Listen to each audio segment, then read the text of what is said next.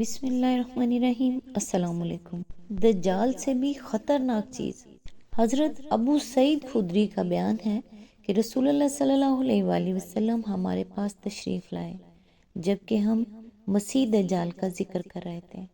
آپ نے فرمایا، کیا میں تمہیں ایسی چیز نہ بتاؤں جو میرے نزدیک تمہارے لیے مسیح دجال سے بھی زیادہ خطرناک ہے؟ ہم نے کہا کیوں نہیں؟ رسول اللہ صلی اللہ علیہ وآلہ وسلم نے فرمایا، چھپا ہوا شرک، اور وہ یہ ہے کہ آدمی نماز پڑھنے کھڑا ہوتا ہے، جب اسے معلوم ہوتا ہے کہ کوئی اسے دیکھ رہا ہے تو اپنی نماز خوبصورت بناتا ہے۔ سنن ابن ماجہ 4204۔ آج انشاءاللہ سورہ طارق کی آیت نمبر 1 سے سٹارٹ کریں گے۔ اس کا ترجمہ اور تفسیر تفہیم القرآن سے بیان کروں گی جو اہل سنت جماعت کے لیے ہے۔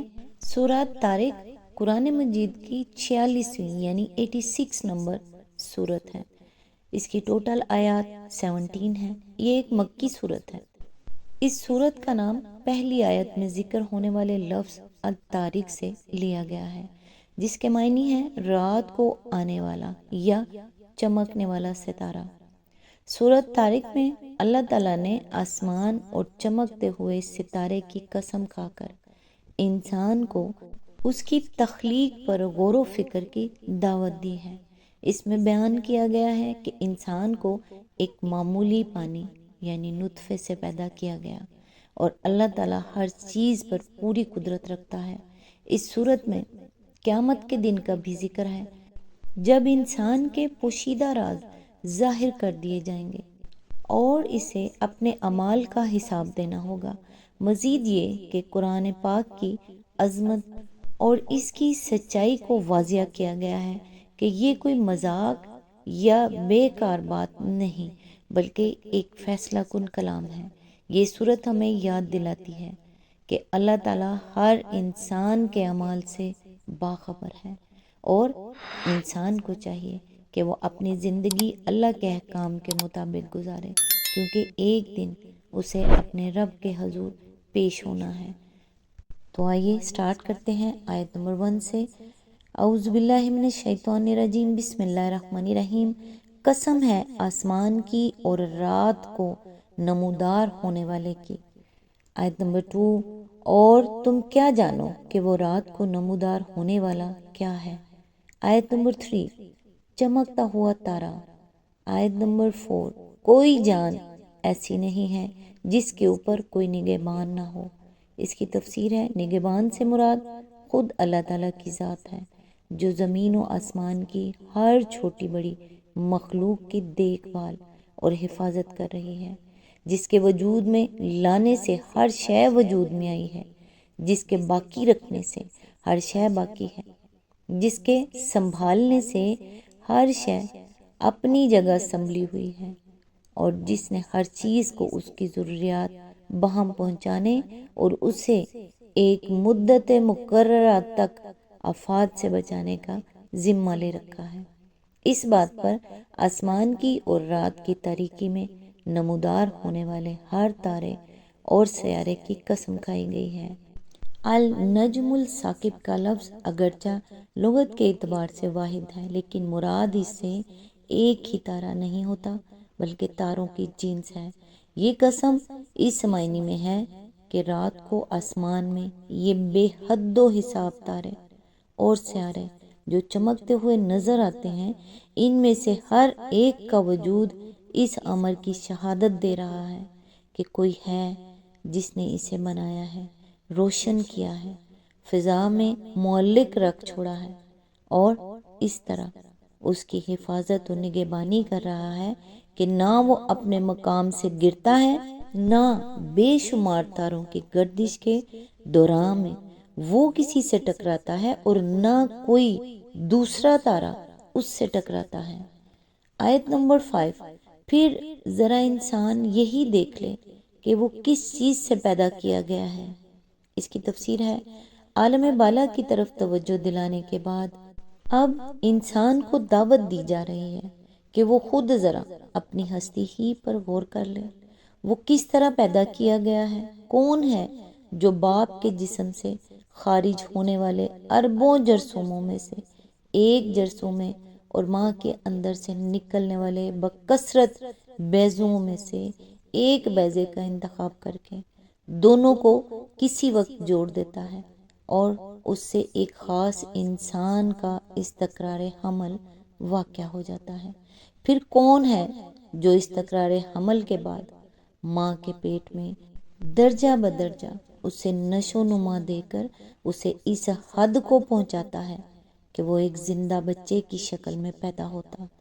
پھر کون ہے جو رحم مادر ہی میں اس کے جسم کی ساخت اور اس کی جسمانی اور ذہنی صلاحیتوں کا تناسب قائم کرتا ہے؟ پھر کون ہے جو پیدائش سے لے کر موت کے وقت تک اس کی مسلسل نگہبانی کرتا رہتا ہے، اسے بیماریوں سے بچاتا ہے، حادثات سے بچاتا ہے، طرح طرح کی آفات سے بچاتا ہے، اس کے لیے زندگی کے اتنے ذرائع بہم پہنچاتا ہے جن کا شمار نہیں ہو سکتا، اور اس کے لیے ہر قدم پر دنیا میں باقی رہنے کے وہ مواقع فراہم کرتا ہے جن میں سے اکثر کا اسے شعور تک نہیں ہوتا، کجا کہ وہ انہیں خود فراہم کرنے پر قادر ہو۔ کیا یہ سب کچھ ایک خدا کی تدبیر اور نگرانی کے بغیر ہو رہا ہے؟ آیت نمبر 6، ایک اچھلنے والے پانی سے پیدا کیا گیا۔ آیت نمبر 7، جو پیٹھ اور سینے کی ہڈیوں کے درمیان سے نکلتا ہے۔ اس کی تفسیر ہے، اصل میں صلب اور ترائب کے الفاظ استعمال ہوئے ہیں۔ صلب ریڑھ کی ہڈی کو کہتے ہیں اور ترائب کے معنی ہیں سینے کی ہڈی یعنی پسلیاں۔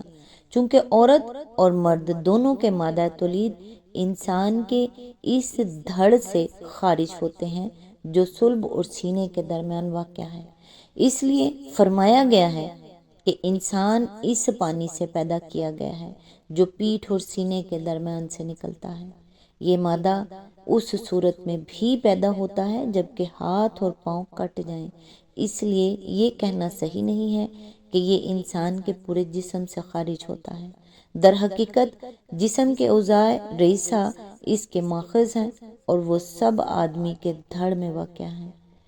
دماغ کا الگ ذکر اس لیے نہیں کیا گیا کہ صلب دماغ کا وہ حصہ ہے جس کی بدولت ہی جسم کے ساتھ دماغ کا تعلق قائم ہوتا ہے۔ نیز ملاحظہ ہو ضمیمہ نمبر 4 صفحہ نمبر 583۔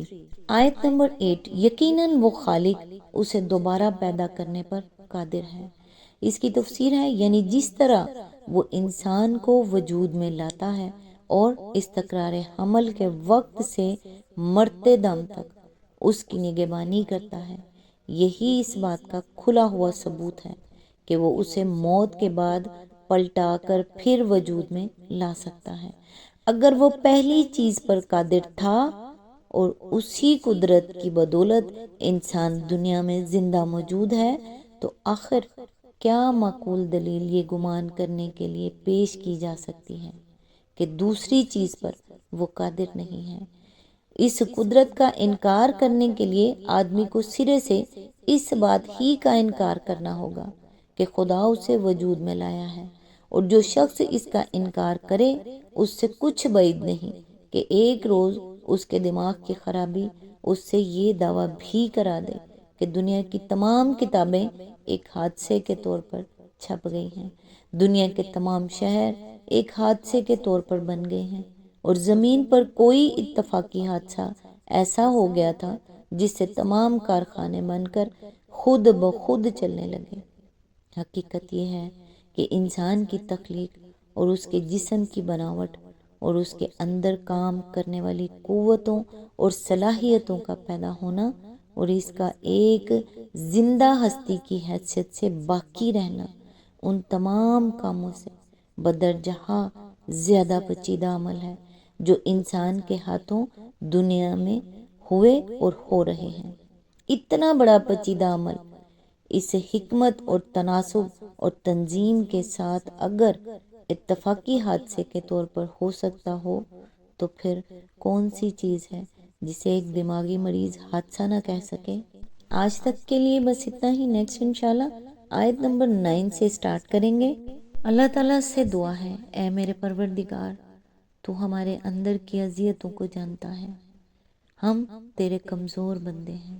یا اللہ کوئی وسیلہ بنا دے ہمارے لیے کہ ہماری ساری پریشانیاں اور آزمائشیں دور ہو جائیں۔